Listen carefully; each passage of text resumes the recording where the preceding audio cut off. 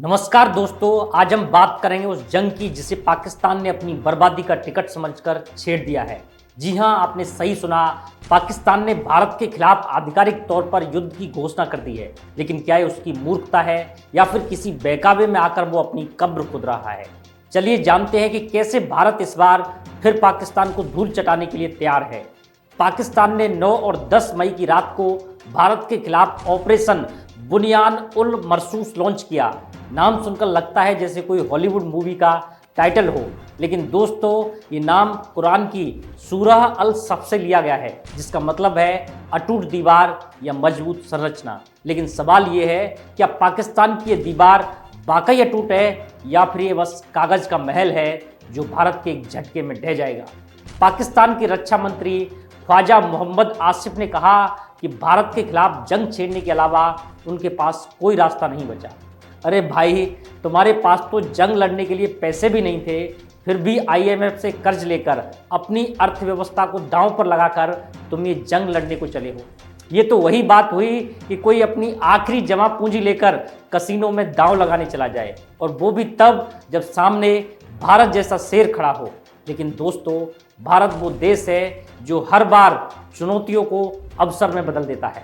पाकिस्तान ने अपने ऑपरेशन बुनियान उल मरसूस के तहत पंजाब, जम्मू कश्मीर और गुजरात तक 26 जगहों पर ड्रोन और मिसाइल हमले करने की कोशिश की।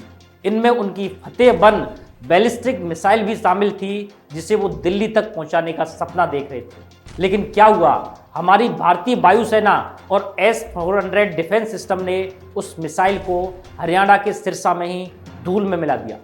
पाकिस्तान ने दावा किया कि उसने भारत के 26 शहरों पर हमले किए, लेकिन हकीकत क्या है? भारतीय सेना ने उनके ज़्यादातर ड्रोन्स और मिसाइल को हवा में ही नस्तनाबूद कर दिया। कुछ ड्रोन का मलबा जरूर जम्मू के RS-पुरा और पंजाब के फिरोजपुर में गिरा, जहां कुछ नागरिक घायल हुए। लेकिन ये पाकिस्तान का दुस्साहस देखिए, वो जानबूझकर नागरिकों को निशाना बना रहा है। गैर फौजी इलाकों, गुरुद्वारों, मंदिरों और स्कूलों पर हमले की कोशिश कर रहा है। इससे साफ है कि पाकिस्तान की नीयत कितनी खराब है। लेकिन दोस्तों, भारत वो देश नहीं जो चुपचाप सहता रहे। हमने इसका जवाब अपने ऑपरेशन सिंदूर से दिया। 7 मई को शुरू हुए इस ऑपरेशन में भारतीय सेना ने पाकिस्तान और POK में 9 आतंकी ठिकानों को तबाह कर दिया। नूर खान, मुरिद और रफीकी जैसे पाकिस्तानी एयरबेस को निशाना बनाया, जहां से आतंकी हमले की साजिश रची जा रही थी। और ये सब सिर्फ 25 मिनट में। ये है भारत की ताकत, जो सर्जिकल स्ट्राइक से लेकर एयर स्ट्राइक तक हर बार दुश्मन को उसकी औकात दिखा देता है। पाकिस्तान अब अंतर्राष्ट्रीय मंच पर रोना धोना शुरू कर चुका है। उसने अपने ऑपरेशन का नाम बुनियान उल मरसूस रखकर इसे धार्मिक रंग देने की कोशिश की, ताकि दुनिया का समर्थन मिले। लेकिन दुनिया क्या, उसका पुराना दोस्त तुर्की ही अब उससे किनारा करने लगा है। तुर्की के ड्रोन्स का इस्तेमाल करके पाकिस्तान ने सोचा था कि वो भारत को डरा देगा, लेकिन हमारे वैज्ञानिकों और सैनिकों ने उनके ड्रोन्स को खिलौनों की तरह तोड़ दिया। दोस्तों, ये जंग सिर्फ हथियारों की नहीं बल्कि इरादों की भी है। पाकिस्तान आतंकवाद को बढ़ावा देकर, नागरिकों को निशाना बनाकर और कर्ज के बोझ तले दबकर भी भारत से टक्कर लेने का सपना देख रहा है। लेकिन भारत वो देश है जो शांति चाहता है, लेकिन अगर कोई उसकी ओर आंख उठाकर देखे तो उसे जवाब देने में एक सेकंड नहीं लगाता। हमारे रक्षा मंत्री राजनाथ सिंह, NSA अजीत डोभाल और तीनों सेनाओं के प्रमुख इस समय हर पल स्थिति पर नजर रखे हुए हैं।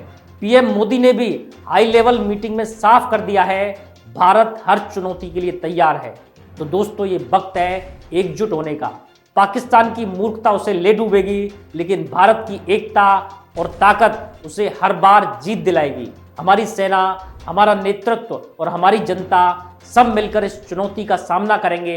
और हाँ, पाकिस्तान को एक बात याद रखनी चाहिए, भारत वो देश है जो सिंदूर की ताकत से न सिर्फ आतंकवाद को कुचल देता है, बल्कि दुनिया को शांति का संदेश भी देता है। जय हिंद।